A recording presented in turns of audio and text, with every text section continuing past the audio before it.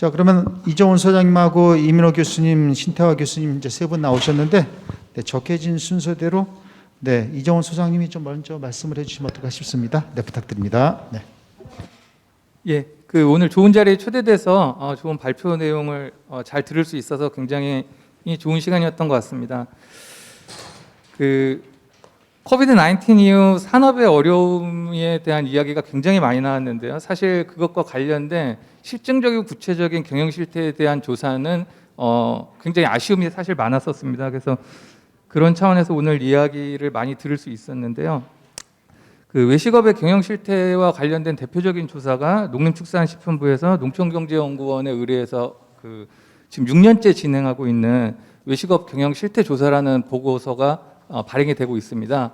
근데 사실 코비드가 지금 19년 12월에 발생을 해서 20년 1월에 피해자가 발생하고 20년 연간이 지금 지나고 한 해가 지나고 지금 또 반년이 지나왔습니다. 근데 코비드를 맞이한 우리 산업의 변화, 지난 한 해를 저희가 확인을 하려면 올해 연말이 돼야지 확인을 할 수 있습니다. 예, 매년 12월에 전년도의 현황이 발표가 되죠. 그러면 지금 접종이 백신의 접종이 확산되고 사태가 어느 정도 진전된 다음에 그런 어려움들이 밝혀진다는 게 과연 이제 효과가 있을까, 이런 부분에서 굉장히 저는 아쉬웠었거든요. 그러다 보니 이제 거시 통계나 대표적인 통계를 활용하는 경우가 굉장히 많습니다. 근데 그것만 이용해서는 굉장히 어려움이 많습니다. 왜냐하면은 외식 산업에 특히나 이제 소규모 외식업의 스펙트럼이 굉장히 넓기 때문에 아까 발표 자료에서도 말씀하셨던 것처럼 우리가 카드 매출로 확인했더니 외식 산업의 매출 감소량이 10%에서 15%밖에 안 되는데 외식 산업을 경영하고 있는 경영자들한테 물어봤더니 30% 40%의 매출 피해가 감소가 있었다라고 언매칭이 되는 거죠. 굉장히. 그러면 이것을 일반의 사람들 또는 정책의 입안자들이 어떻게 이해할 것이냐는 굉장히 중요한 문제인 것 같습니다. 근데 사실 이게 매출이 10% 감소했는데 비대면의 방식의 영업은 거의 2배, 보고서마다 다릅니다만 3배 늘었다고 그래요. 그럼 외식 산업의 매출액 구조가 150조 정도 보는데 그 중에서 배달 매출이 한 20조 정도 된단 말입니다. 그럼 10%가 넘는 비중의 산업은 굉장히 증가를 했고 2배, 3배 성장을 했다고 하고 전체 산업은 10%가 줄은 거예요. 이 얘기는 결국 뭐냐면은 어떤 형태의 영업을 하고 있느냐, 어떤 종목을 하고 있느냐, 어떤 형태의 매장을 운영하고 계시느냐에 따라서 굉장히 다른 차이를 갖고 있다는 것을 우리가 알 수 있는 겁니다. 그래서 이러한 것들을 아까 이제 지원 정책과 관련해서 생각을 해본다라고 그러면 정말 피해를 입은 업종이 어디고 왜 얼만큼 피해를 받는지를 확인하기 위해서는 이런 것들을 잘 파악할 수 있는 보고서가 계속 나와야 되고 학교에서도 계속 연구를 해야 되고 이런 학회에서 그런 부분에 연구를 많이 해야 되는데 사실 조사에는 시간도 걸리고 비용도 많이 걸리는 문제가 있습니다. 그래서 제가 생각했던 것은 국가나 공공기관의 2차 데이터를만 잘 활용해도 굉장히 우리가 빨리 상황을 알 수 있고 조사를 알 수 있다. 예를 들어서 아까 발표하신 분께서도 말씀하셨는데 부가가치세로 신고된 내용으로 피해를 조사할 수 있지 않느냐. 물론 당연히 그렇습니다. 그래서 국세청에 간편장부 같은 것만 확인을 해도 영업 이익을 발생시키는 구조에서 어떤 비용이 증가했고 매출이 얼마큼 감소했느냐, 그런 것들을 우리가 쉽게 확인할 수 있고요. 그리고 각 시도별로 보면은 신용보증재단에서 대출이 굉장히 많이 늘어났죠. 그 대출을 받기 위해서는 3년간의 재무제표를 제출하게 됩니다. 그럼 한 개 업체에 3년간의 변동사항을 확인할 수 있는데 요즘 공공기관에서 API를 다 개방하고 자료를 확인할 수 있게 해주는데 이런 것들을 우리 학회나 관련 유관단체에서 활용하면 굉장히 작은 비용으로도 빠르게 필요한 시기에 이런 것들을 활용해서 정책 입안에 목소리를 크게 낼 수 있지 않을까, 그런 생각을 해봤습니다. 그리고 두 번째로는 지원 정책에 대한 이야기가 많이 나왔었는데요.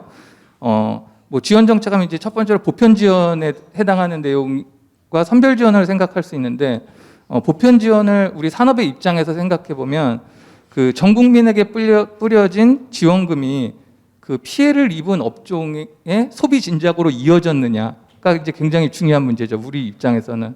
근데 이제 거기에 대한 그 해석은 굉장히 다릅니다. 편차가 굉장히 큰데 사실 필수제나 소비재 쪽으로 굉장히 많이 흘러갔다라는 것이 지금 일반적인 이야기고요. 여기에 대해서 이제 굉장히 다른 의견이 있을 수 있어서 이건 좀 더 우리가 고민을 해봐야 되는 문제라고 저는 그 생각을 했었습니다. 이제 그 다음이 선별 지원에 관련한 문제인데 선별 지원은 사실 피해를 입은 곳에 필요한 도움이 되는 수준으로 지원이 되는 것이 굉장히 중요합니다. 그리고 나아가서 손실에 대한 보상으로 그 대응이 되어야 된다라고 얘기를 하죠. 지원이 아니라 손실에 대한 보상이어야 한다. 왜냐하면 국가가 공공의 안전을 위해서 행정명령을 내렸고 그 행정명령에 따른 피해가 발생한 업종이 분명히 있는데 이것이 지원이 아니라 보상의 차원으로 이루어져야 된다라는 의견들이 굉장히 많습니다. 업계에서. 그런데 아까도 말씀하신 것처럼 돈을 갖고 있는 기관에서는 그렇다면 어느 업종이 어떤 피해를 얼마큼 입었는지를 입증을 받아야지 올바른 정책을 할 수 있는데 아까 처음에 말씀드렸던 것처럼 피해 규모나 피해 업종이나 피해 대상은 1년이 지난 후에나 확인할 수 있는 수준이라는 거죠, 우리가. 그런 차원에서도 우리가 굉장히 이번 일을 계기로 학회나 유관기관에서 이러한 것들에 대한 시스템을 좀 고도화하고 빠르게 움직일 수 있게 하는 게 중요한 문제인 것 같습니다. 사실 우리나라는 그 미국이나 일본과 비교해 보면 이번 코로나 사태에서 GDP 대비 소상공 사업자들에게 가장 많은 돈을 쓴 나라입니다. GDP 대비해서 가장 많은 돈을 썼어요. 근데 반대로 다르게 생각해 보면 개인 사업체당 지원된 금액의 기준으로 생각하면 가장 적습니다. 그만큼 우리나라의 산업 구조가 자영업자 개별 사업자들이 많다라는 얘기거든요. 그러니까 단순한 기준, 매출이나 피해액을 그냥 뭐 응답의 조사를 통해서 뿌렸을 때는 비용 대비 효과가 좋지 않다라는 거죠. 피해를 입은 사람이 받아서 도움을 받아서 경영을 지속할 수 있어야 되는데. 그래서 뭐 일례로 미국 같은 경우에는 PPP라고 하죠.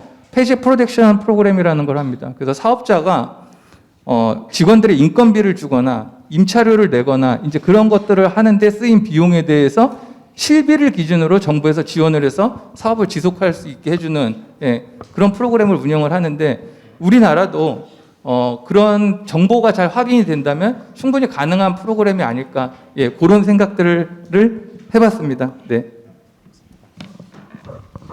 네, 소장님 말씀 감사합니다. 잘 들으셨을 거라고 생각이 들고요. 네, 이민호 교수님 부탁드리겠습니다. 네, 반갑습니다. 저는 남서울대학교 유통마케팅학과의 이민호라고 합니다.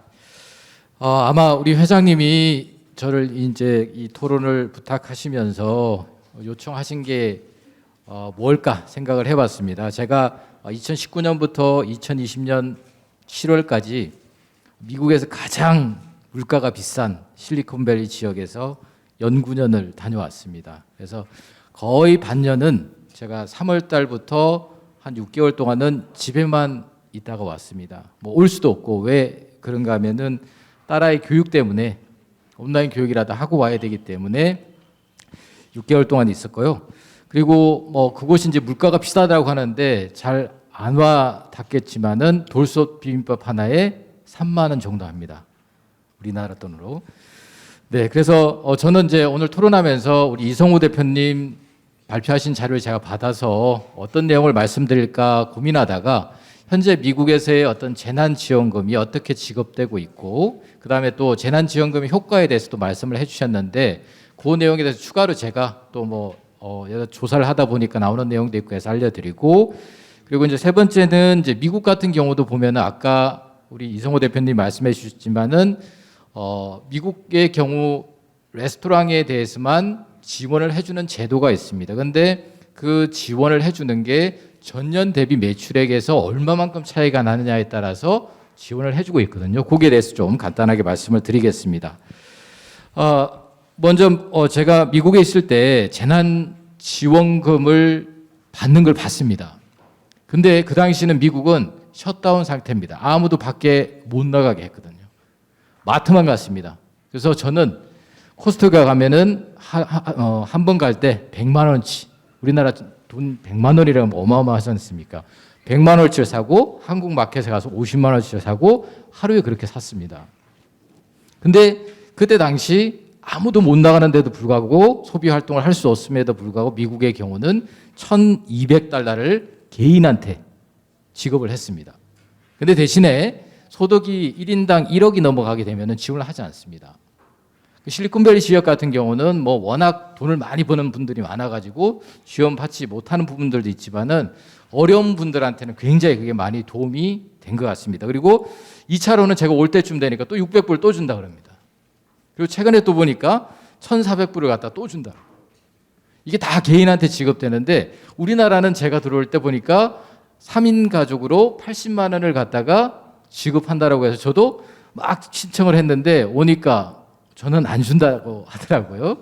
왜냐하면 2020년 5월 기준으로 제가 우리나라에 없었기 때문에 줄 수 없다라고 이야기를 하더라고요. 근데 제가 곰곰이 생각하면서 이런 재난지원금의 효과가 있을까라고 생각했는데 주변에 보니까 굉장히 저희 동네에 있는 상권에서도 굉장히 효과가 있다라고 말씀을 하십니다. 또는 어떤 분들은 이 돈을 갑자기 어느 순간까지 써야 되기 때문에 나는 가구를 샀다, 뭘 바꿨다, 뭐 이런 분들도 계세요. 근데 대부분 우리 지역에서 사용하기 때문에 우리가 느끼는 효과는 굉장히 크다라고 말씀들 하시더라고요. 그리고 우리 이성호 대표님께서 우리 KDI 자료하고 경기도 연구원하고 자료를 갖다가 말씀해 주셨는데 그건 보니까 제가 확인해 보니까 추정 방식이 약간 이제 다르기 때문에 KDI 같은 경우는 물가 지수라든지 뭐 경기 회복세 모든 것들을 다 통제해서 그러한 결과가 나온 거고 경기도 같은 경우는 전년 대비 소비 지출을 얼마만큼 했는지 그 차이를 갖다가 단순히 보다 보니까 그런 차이가 난 것 같습니다. 그리고 아마 이제 국회 우리 입법조사처에서도 또 조사를 했는데 또 그 우리 재난지원금에 대해서 우리 그 외식 산업에 계신 여러 우리 그 소상공인 분들이 2차 재난지원금은 효과에 대해서 그렇게 못 느끼셨지만은 1차보다는 그래도 많지는 않지만 어느 정도 2차도 효과가 있다라는 결과를 봤고요. 미국의 경우도 최근 미시간 대학에서 이제 이런 재난지원금에 대해서 효과가 있는지를 갖다가 이제 그 연구해 봤는데 그쪽에서도 보니까 효과가 어느 정도는 발생하고 있다라고 하는데 제가 자세한 뭐 데이터까지는 설명드리기는 시간상 생략하도록 하겠습니다.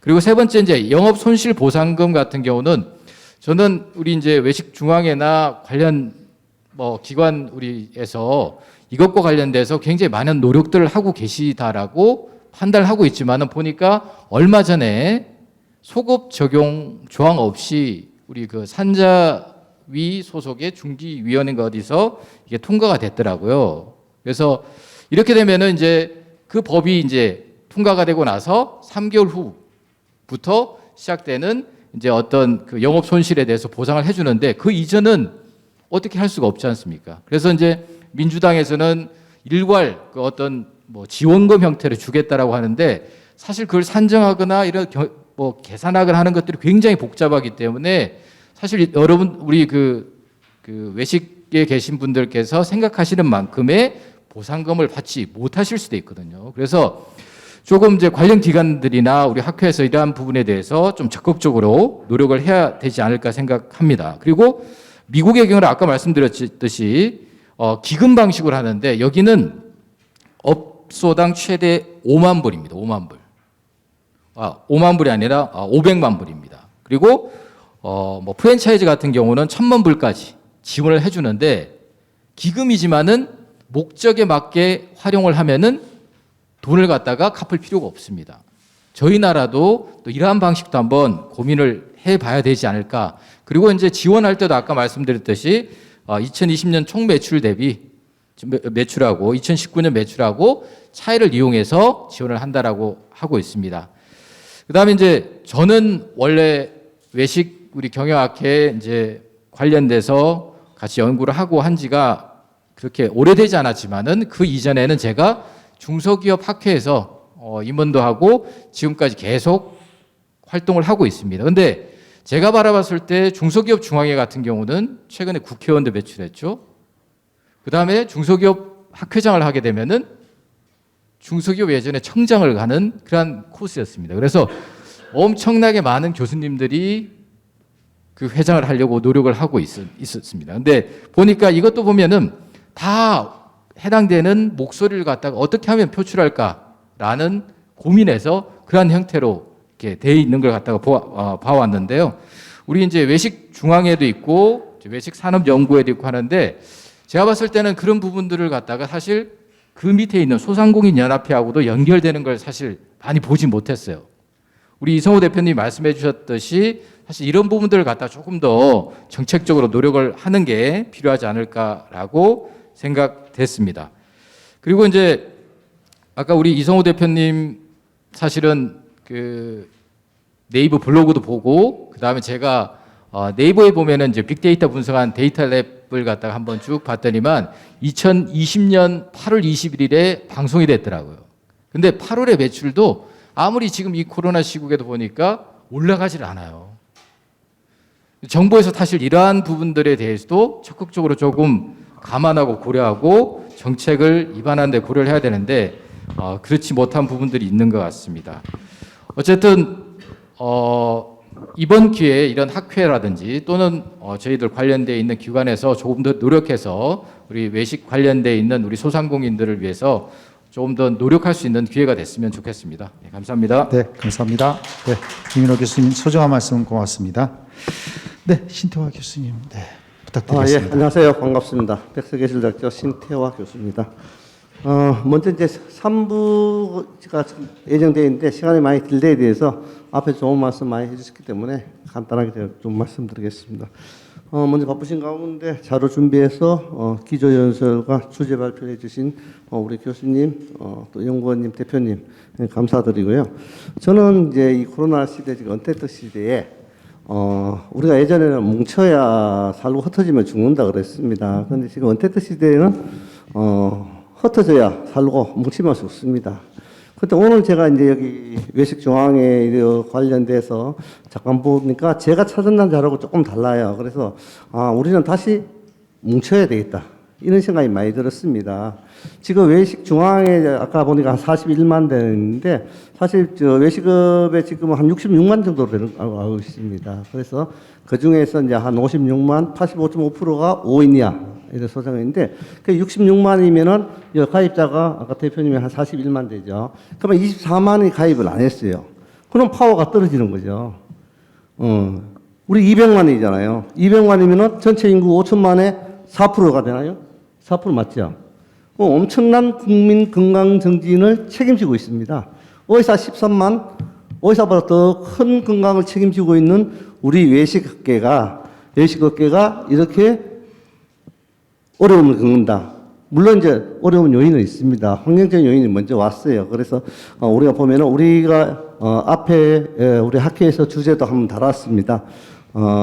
급격하게 기본급 임금이 성장됐습니다. 그래서 최저임금이 갑자기 많이 뛰어가지고 6천 얼마던 게 지금 8천 얼마까지 올라왔잖아요. 그죠?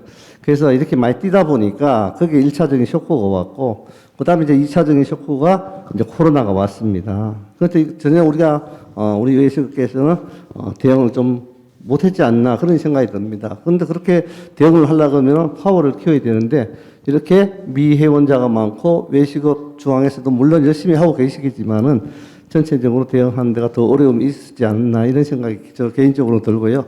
그래서 우리 외식업계는 언택트 시대지만은 다시 뭉쳐서 파워를 키워서 목소리를 내야 되지 않나 그런 생각이 듭니다. 이상입니다. 네, 신태호 교수님 말씀 감사합니다. 네. 자, 다른 분들한테도 또 한 번씩 말씀의 기회를 드리면서 풍부한 그런 대화를 진행해 나가야 되는데 이미 저희가 시작을 했을 때는 끝난 시간이 됐었습니다. 네, 그때 다시 시작을 했기 때문에 네, 세 분의 토론자 말씀으로 좀 이렇게 만족을 해주시면 좋겠고요.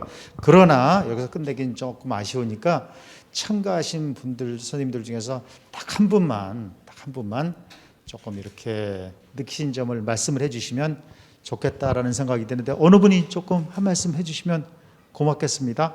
네, 좀 이렇게 전반적으로 보신 느낌을 한 분만 좀 말씀을 해주시면 어떨까요? 네, 한 분만 좀 네, 부탁드리겠습니다. 뭐 가능하면 마이크를 좀 갖다 드리면 고맙겠습니다. 네.